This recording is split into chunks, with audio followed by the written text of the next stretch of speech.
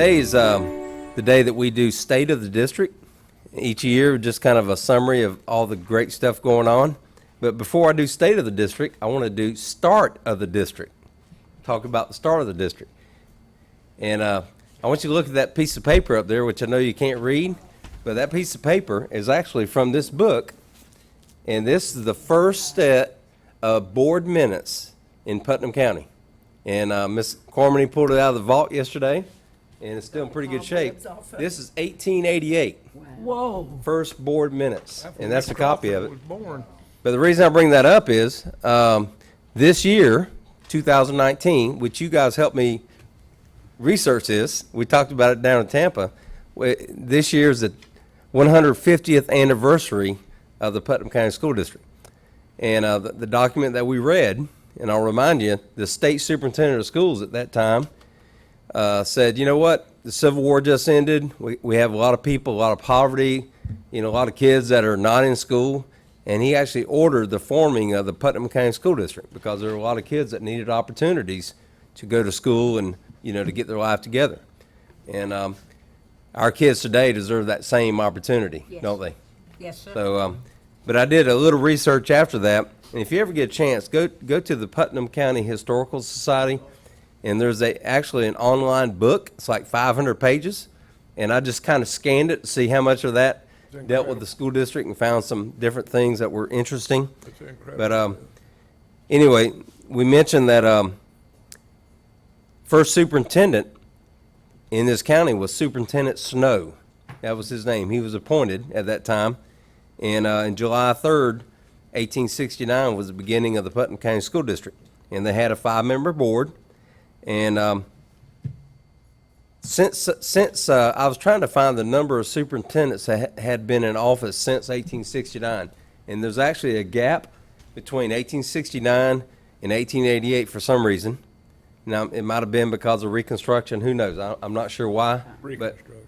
But in 1888, we started really counting, and I got with Mr. Overturf at the Supervisor of Elections. I said, hey, can you find a document that shows all the superintendents?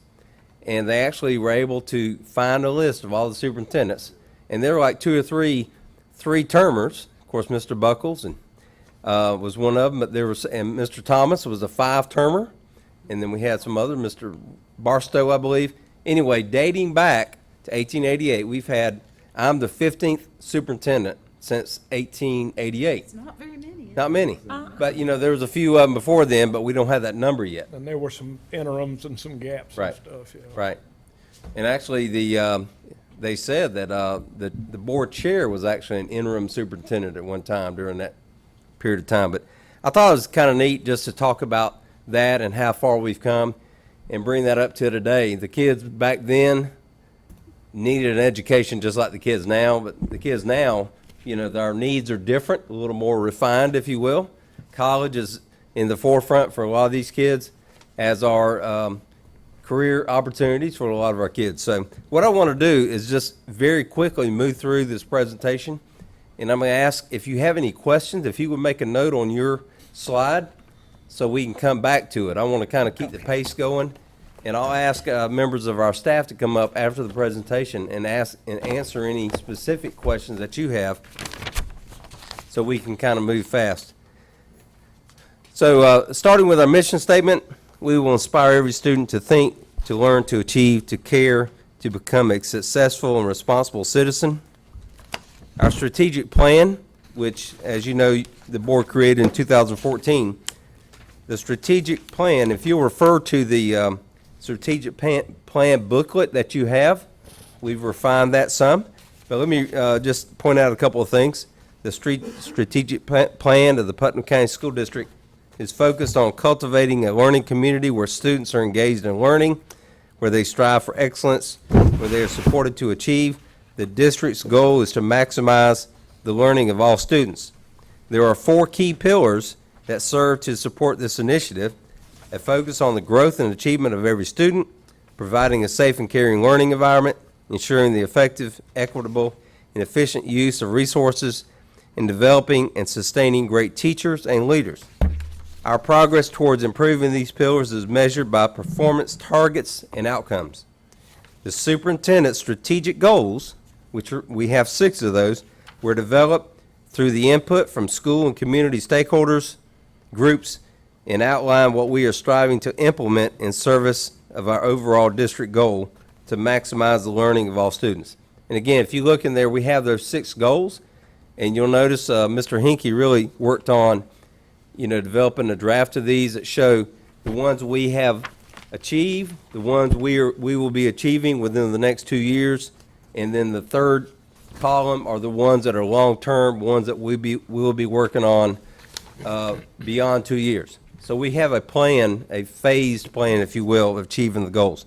Let's look at Goal A. It says the district supports customized professional learning that ensures the cultivation of communities where all educators, students, and support personnel engage in meaningful learning, strive for excellence, and receive the support needed to continuously improve. This goal actually aligns with the 2 pillars, a safe and caring learning environment, and great teachers and leaders. So you see, our goals are interweave with the 4 pillars of the strategic plan. Next, Department of Teaching and Learning has transitioned to a professional learning model that is job embedded with ongoing support and actionable feedback, with input from principals. Professional learning communities for the 1920 school year were determined based on data and school needs. All of you have been in education, the old days, we did professional learning by just sitting and get your points and move on. Now we changed our whole attitude and strategies for professional development. It's more job embedded. The next one is our professional learning communities. This year we were able to add a 5th grade science community, a secondary text-based writing cohort, and a biology and marine science community to our already established 2018-19 communities. Next, the benefit of these communities is that our teachers have been able to collaborate, plan, and learn from and with their peers from schools across the district. So our teachers get together on a regular basis and learn from one another. During these sessions, teachers review data, deeply consider high-value standards in instructional practices, participate in model lessons both in simulations and in actual classrooms, and plan for upcoming units of study all together. With this new model of sustained community professional learning comes support when taking these plans and practices back to the classroom. Teachers are supported and receive feedback from colleagues, novice teacher mentors, and coaches as they try on their new learning with students. During the first quarter alone, educators across our district received upwards of 1,400 hours of individualized support. And if you go back to the previous one, that's a log that we keep of the number of hours that our coaches and novice teacher mentors spend with our teachers. So we want to make sure that we're equitably covering our schools. Okay? We have seen some promising momentum and growth from this new sustained, focused community model of professional learning.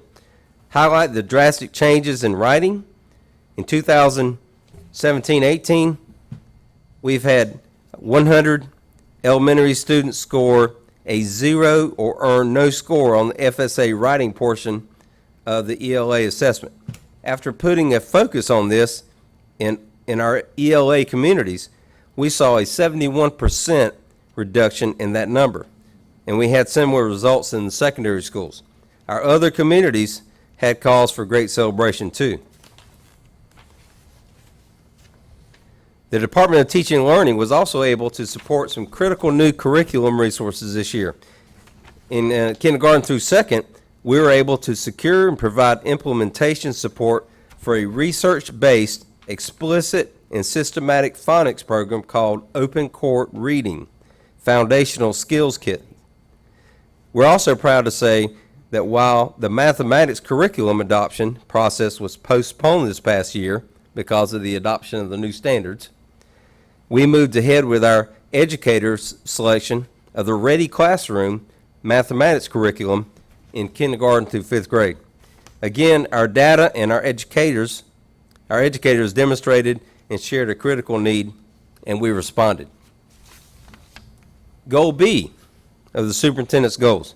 The district provides a variety of choices for students in the areas of academic acceleration, career training, and enrichment programs. And this aligns with the pillars of growth and achievement of every student and effective, equitable, and efficient use of resources. We're going to play a short video, which you may have seen, but this is an excerpt from a production made by STEM2 Hub, and it focuses on Putnam County. The strides being made in Putnam County, for example, are stunning. In a community that statistics say has the most public housing in the country, technology and the help of the STEM2 Hub have transformed schools starting at the elementary level. There are a lot of incredible things happening in Putnam County, and unless you live there or were part of the STEM Hub, you may not have been exposed to the challenges they have. Putnam County is situated in a rural environment, and with that presents unique challenges. Our children have just not had the same opportunities that a lot of students have had in the major population centers. If I could think about a rural community that gives me great hope for what's possible, it's Putnam County. We've had much success in Putnam County partnering with outside organizations such as the STEM2 Hub to ensure that we keep abreast with advances in technology, advances in opportunities for our kids, and we ensure that our students have equal opportunities to those in other counties. Our goal at the elementary school is to foster creativity, foster curiosity, provide kids resources, provide them robotics, provide them drone experiences, provide them circuitry experiences, provide them opportunities to look at the various areas of science and have them experiment with those concepts. And those basic skills, starting with the youngest learners, are going to empower them to be really good at the more advanced things by building and inventing and creating. With those basic building blocks in elementary school, our students are prepared to be able to move to a multitude of opportunities in middle school and high school. Advanced coding, for example, becomes available where students can actually code for e-commerce, code websites, when we set the stage in elementary school for those students to have those basic competencies to move on. They have some incredible leaders in Putnam County too that have been hungry for this. They have a real appetite to change their community, and they're accelerating the things in their community in ways that probably some never thought would happen. Over the past 3 years, the growth of Putnam County's graduation rate as a percentage of kids graduating has had the largest gain in the entire state. And that's because they're engaging kids in STEM programs that are of high interest, and they see the value. They see the careers that they can go into if they stick it out and stay in school and come in every day and work hard. It's hard to truly express the disparity between rural and urban environments, but it's real. It's real. And the STEM2 Hub has allowed us to bring opportunities to our students we would have never been able to do on our own. And it's been one that's been amazing. And I truly see where in the future our students are going to be in high-paying, high-wage technology jobs of tomorrow as a result of our partnership with the STEM2 Hub. It would be easy for them to say, we don't have hope. And you see what they're doing in 2 or 3 years, and no one has an excuse. Now, we all have the opportunity. It's just, do we have the appetite and the attitude to really take on the challenge? You know, we haven't had these resources at our hands until just recently, and you're going to see the students of Putnam County really flourish, and great days are ahead for Putnam County because of STEM opportunities. Pretty cool, huh? Absolutely. I don't know if you've seen that or not, but we've played that, and that's on our Facebook page. And you don't hear many people say Putnam County's that old poor county, and their kids don't have anything and all that. We don't hear that anymore, do we? Because our kids, we go out and get a lot of grant funding for this. You know, it's just and I'll just credit our federal programs and many of our folks who go out there and find these grants. And if we didn't do that, these things would not be available to us. So I'm very proud of that. Through initiatives and partnerships with organizations, STEM2 Hub, Lego Education, and WOZ Education, Putnam County School District has 3 goals. Goal number 1 is increase professional development opportunities that focus on science, technology, engineering, and math, provide an innovative training to all teachers. Goal number 2, provide differentiated active instruction to deliver STEM learning opportunities to promote student exploration of STEM through programs such as robotics, drones, aerospace technology, advanced manufacturing, coding, web design, cybersecurity, advanced computer sciences, cybersecurity, and augmented and virtual reality. Goal number 3, build collaborative partnerships with area businesses to align STEM activities with workforce needs. Through these partnerships, initiatives, and a focus on students' futures, Putnam County School District provides learners of today with opportunities for a bright tomorrow. We're training these kids on jobs that don't even exist yet. And you can see up here, these are the different strands in each of the different grade levels and beyond that are available to our kids. And you see a list of, on the left, this is all the training our teachers are receiving. And for example, NYCERT, the third one down, we are actually looking to create a cybersecurity academy in our high schools. We're not there yet. We're trying to build that foundation through elementary and middle school. But NYCERT is providing free curriculum, free training for our teachers. And I'll tell you what, you can just imagine the need for cybersecurity in this day and time. So there'll be a lot of jobs available for that. And just scan down there, you probably recognize some of those. Chief science officers in our schools to help spread the word about STEM education. We're actually going to take some of those chief science officers, these are students, ambassadors, if you will. We're taking those to Tallahassee to meet with some of the folks up there, I think in February. WOZ Education, some of us went out and met Steve Wozniak, who is, him and Steve Jobs helped create the personal computer. Got to meet him. What a cool guy. And so all that is what's going on now, and you know, that's really changing the outlook of STEM in Putnam County. Let's go to our next one, the Putnam SOAR project.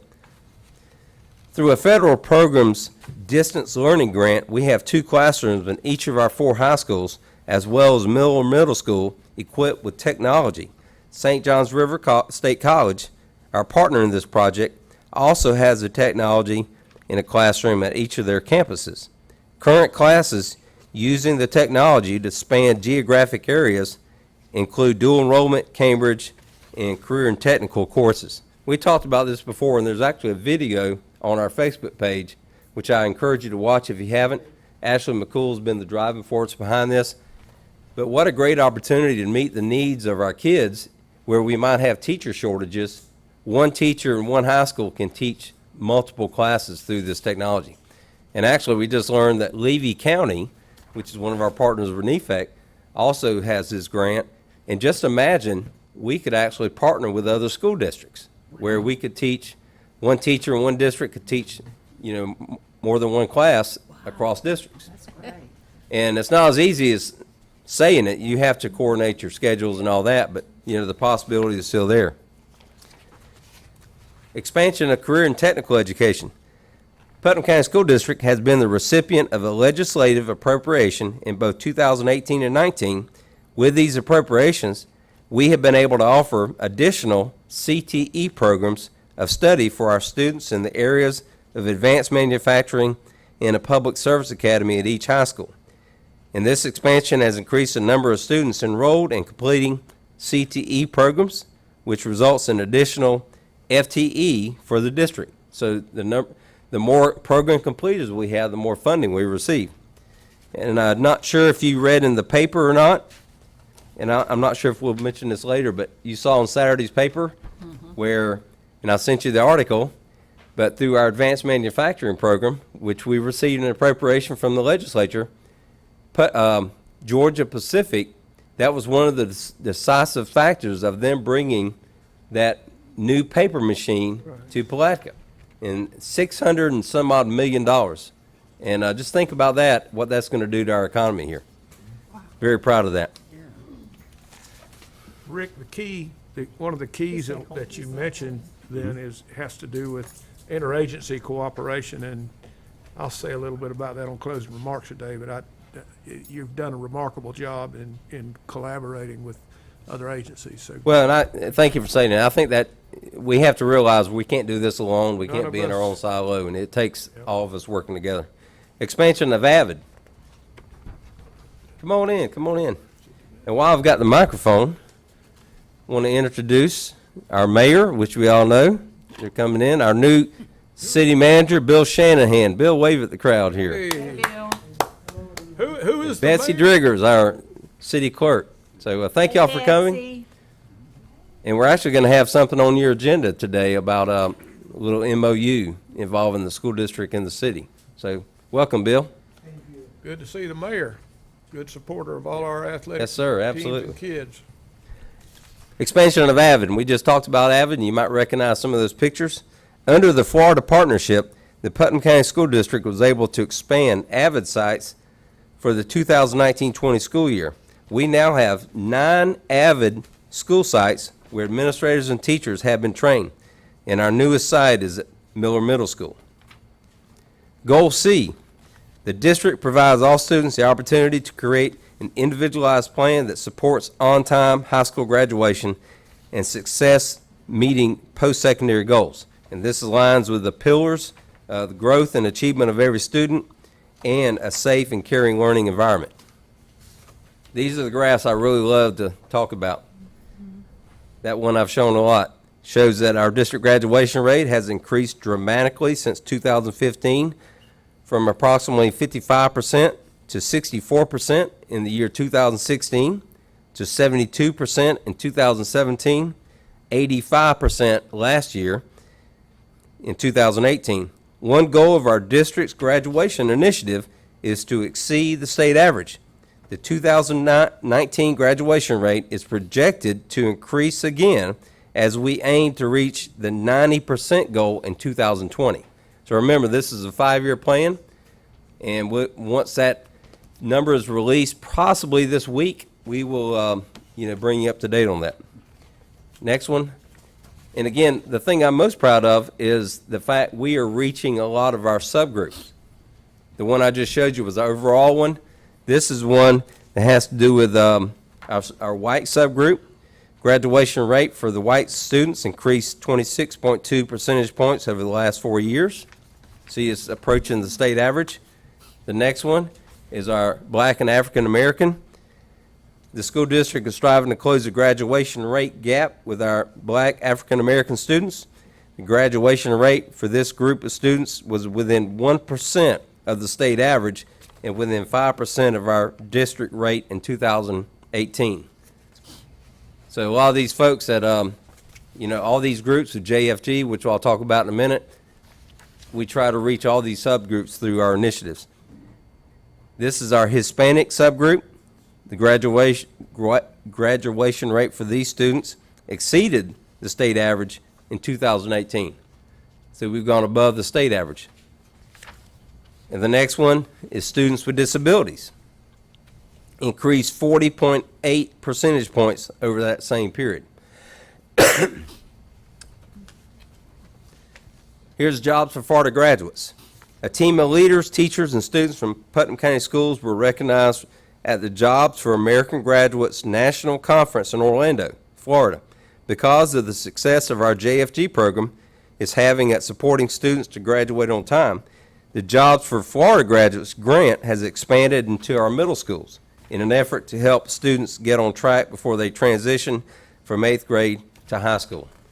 So JFG has done a tremendous job in helping to level the playing field. Goal D says the district regularly meets with stakeholders to gather input, address concerns, and strengthen partnerships to improve the quality of education and life in Putnam County. And this aligns with our pillars of a safe and caring learning environment, and effective, equitable, and efficient use of resources. And there's just a list that you can refer to, all the ways that we reach out and try to partner with our stakeholders within the district. As a matter of fact, tomorrow morning we have a PIDAC meeting, which is our meeting with parents. We've already had a superintendent's advisory meeting here in this room. The Inside Putnam videos, which I'll talk about later, informing everyone of what's going on with some of our initiatives. Product to Putnam, which we'll again be doing later this year. And, the We Are Putnam video has been a real big success. And here's you see up there some clips from that video. That really tells the story of what's going on in our county. The next one has to do with our school and security system. A number of positive school safety measures have been implemented, including bleed control campaigns, lockdown drills, behavior threat assessment teams, and an updated Raptor system. In addition to these target hardening efforts, additional efforts focused on facilities and technological upgrades are also being considered. We feel very confident in the safety and security of our students, school facilities, and transportation due to these improvements. Goal E has to do with the district supports school principals with guidance and defined autonomy to problem solve and make decisions that ensure schools meet district improvement goals. This aligns with the pillars of the growth and achievement of every student and great teachers and leaders. Under this, a culture of high expectations for school performance is leading to a decrease in the number of schools identified for improvement by the Florida Department of Education. In 2016-17, our district had 9 schools with a grade of D or F, and this year we had 2. Additionally, the 2019-20 school year is the first year we do not have any traditional high schools on the state's school improvement list because the graduation rates were below 67%. For the first time in almost a decade, the Putnam County School District does not have any traditional public schools implementing a state-approved turnaround plan. In 2018-19, there were 2 schools, Browning Pierce and Mosley Elementary, that were implementing State Board of Education approved plans. Both schools earned a C school grade in 2019, and schools exited turnaround status once they improved to a school grade of C or higher. So I'm very proud of that. We have no longer any schools in turnaround. Next page. Principals, if you look at the data, our data chats that we have quarterly, principals work with area directors on presentations for district staff and peers during key times of the year. Presentations include data analysis, school level projections, and early warning systems and ESE monitoring. Provide opportunities to learn from and collaborate with colleagues, and allows the district to make adjustments to staff support and professional learning as needed. That is so critical. That's been a real important thing with bringing principals together and just digging into the data. And the sharing among our principals has been really important. Because, they've been kind of in their own world, but you bring them together, and there's a lot of sharing going on. The district has partnered with the K-12 LIFT to provide visualized data to support school leadership and teachers in reviewing data to make changes in instruction so that students can succeed. And those data visualizations are phenomenal. It really gives us an idea, especially historically, seeing where those groups are going. Look at goal F. This is our last goal. It says the district will recruit, develop, and retain talented employees. This aligns with pillars effective and equitable and efficient use of resources and great teachers and leaders. This is one that Ms. Odom, the next slide, this is one Ms. Odom loves to show. We all do. We continue to find ways to increase our unreserved fund balance in the general fund, while at the same time setting aside funds to meet expanded district initiatives. So you see, since the recession, we took a downturn, and in the last 3 years, we're starting to tick back up again. And hopefully, I don't know if you saw, but we actually published 2 graphs side by side that showed, not only our fund balance, but it showed our graduation rate, and it showed how it compared to housing starts in Putnam County. And everything is trending upward.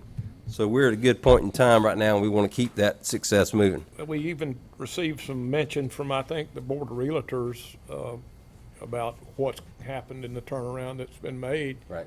But it's people like Aaron McNeil and those that are getting the help and the training they need from Ms. Huff and the instructional staff is making a huge difference. Yeah, it's something to really be proud of, and we definitely want to keep it going.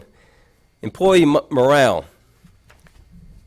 This year, the district school board members approved, that would be y'all, approved a contract ratification allowing district pay raises to go into effect June the 4th, 2019.